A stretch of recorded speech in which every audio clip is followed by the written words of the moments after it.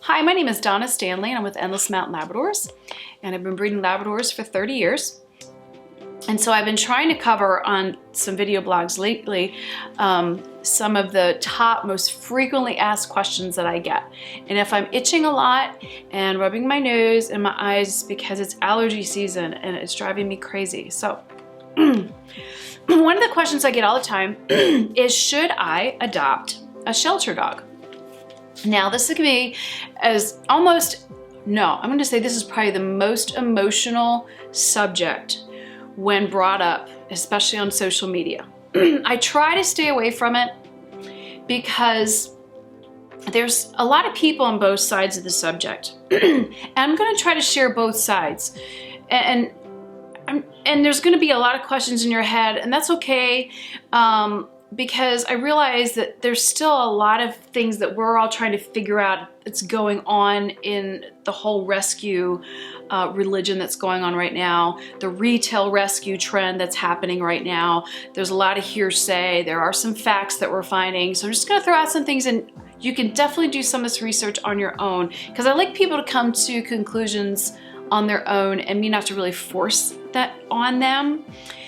And a lot of people will feel guilty right off the bat if they want a new dog, if they don't go rescue a dog. And I know that a lot of people call me because they decided they want a purebred dog. They want a dog that they know where it came from, how it was raised, the temperament of the parents, the health guarantee, things like that. And so, and then they tell their friends, and then the friends are like, well, there's so many unwanted dogs that you should go to the shelter. And I want to say yes, and I want to say no, because now that it has become exposed that we are importing dogs from third world countries on a regular basis to keep up with the demand for shelter dogs, I would say, no, that's not the truth. In fact, we've actually started to encourage retail rescue. Retail rescue looks something like this. It's very similar to the pet shops. In fact, they're starting to have pet shop storefronts in malls and things. And you wonder sometimes when you go to these rescue shelters where they'll have a whole litter of puppies, and they're healthy and they're great, and they arrive at 7 or 8 weeks old, and you think, well, first of all, why did the person who didn't want them destroy them? Because sick people do that.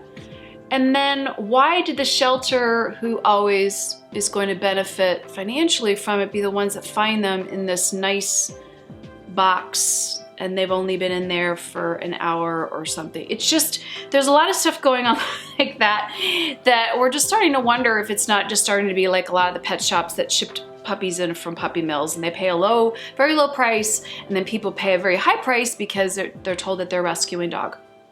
So in saying that, I'm saying make sure that you do your research on the rescue that you're getting a dog from. Find out where they get their dogs.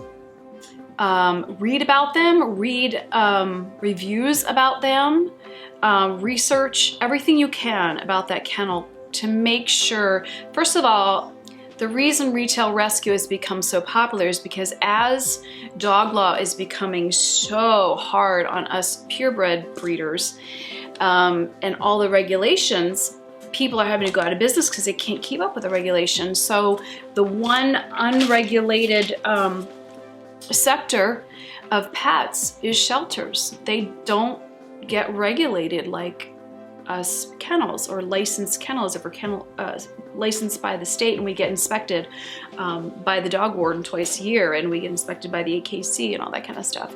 So it helps them kind of fly under the radar. If you found a legitimate rescue, if you find a dog, the nice thing these days is I feel like more of them are telling us more information we need to know. It used to be they wouldn't tell you anything because they wanted to make sure that you took the dog, and they had to get rid of these dogs. But sometimes getting a rescue dog, you want to know what it went through, so you want to understand its behavior. And everybody's different. If I have friends, for instance, who adopt children from other countries, and some have adopt several. And I would say those people have the gift of adoption. If you met them, they are just born parents and nurturers, both of them. And these people sometimes have 7 of their own kids and 3 adopted kids. For them to come to me and say, you need to adopt kids. If you're not, you're wrong. I would take offense to that. Now, it does take some soul searching to say, why am I not doing that? And is that for everybody? Should everybody have to go adopt a child? So the pressure that I felt at that time when some of our friends were doing that is the same kind of pressure people feel about buying from a breeder as opposed to going to a rescue. If you're a person who has rescued dogs in the past, and there are people just like those adoptive parents that I feel have the gift of rescuing dogs, they just can deal and have the patience to be ready for any behavioral problem that's coming out of a shelter, okay? Also, these people many times don't have kids, so if there's unpredictable behaviors, the dog or any aggressive things, that they're gonna know that ahead of time and be careful if the dog has reacted aggressively to children in the past. So a lot of families aren't really prepared, especially if they have children, to go to a rescue and deal with all the unknowns that may happen that they don't find out from the rescue. The rescue knows so much, but then there are things that the rescue wasn't there to be witness to through that whole dog's life. Also, you want to make sure they've had a really good physical and been cleared for Lyme's and heartworm. I know when I went to rescue a dog when I lived in New Jersey, at that time, we didn't have the heartworm medications and things we have now that people take or people give their dogs on a monthly basis. And every single dog at the shelters at that time had heartworm. So we knew when we were rescuing dogs back then that they were going to eventually die of heartworm. But now that doesn't come up as much. But there's other things you want to just make sure that dog's had a really good blood panel to make sure you know what you're dealing with. Make sure it's been given its proper vaccinations. And the other reason a lot of people don't get dogs from shelters is because they require spaying and neutering. And if you want to listen to the drawbacks to doing early spay neuters, I have a whole video on that, and I have articles on my website. You really, really need to read those before you make this decision. And there's a lot of people who won't get a shelter dog because they don't want to do the early spay neuter and have all the health risks that come along with that. So if you're at that point, you have questions, pause right now, go to that video that I have. It would be called Early Spay Neuter, or Should I Spay My Dog, or should I, something like that would be the title. And if you put it in the search bar, Early Spay Neuter and Endless Mountain Labradors, I'm sure it'll come up. Anyway, those are some of the things that you want to think about.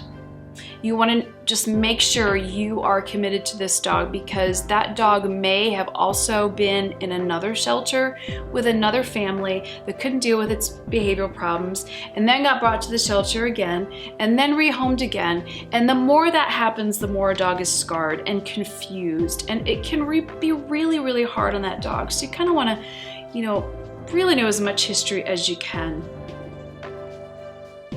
I'm going to give you one specific place I'd like you to go on the internet if you'd like to research some of these issues.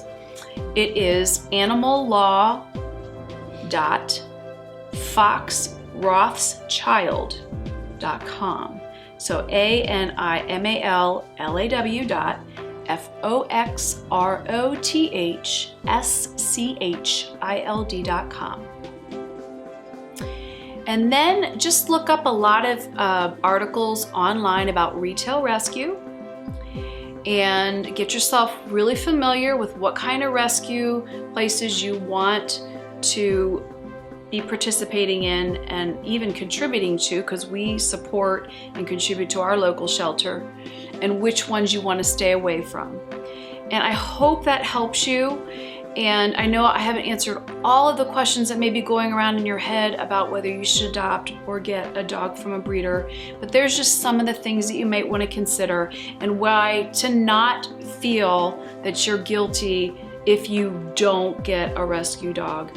And there are lots of people out there who are rescuing, and we need to make sure that we're talking with our representatives in our states about some of these issues with dogs being imported from third world countries, because we are seeing a rise in diseases that we had wiped out, because now these dogs are coming from other countries and reintroducing them into the United States dog population.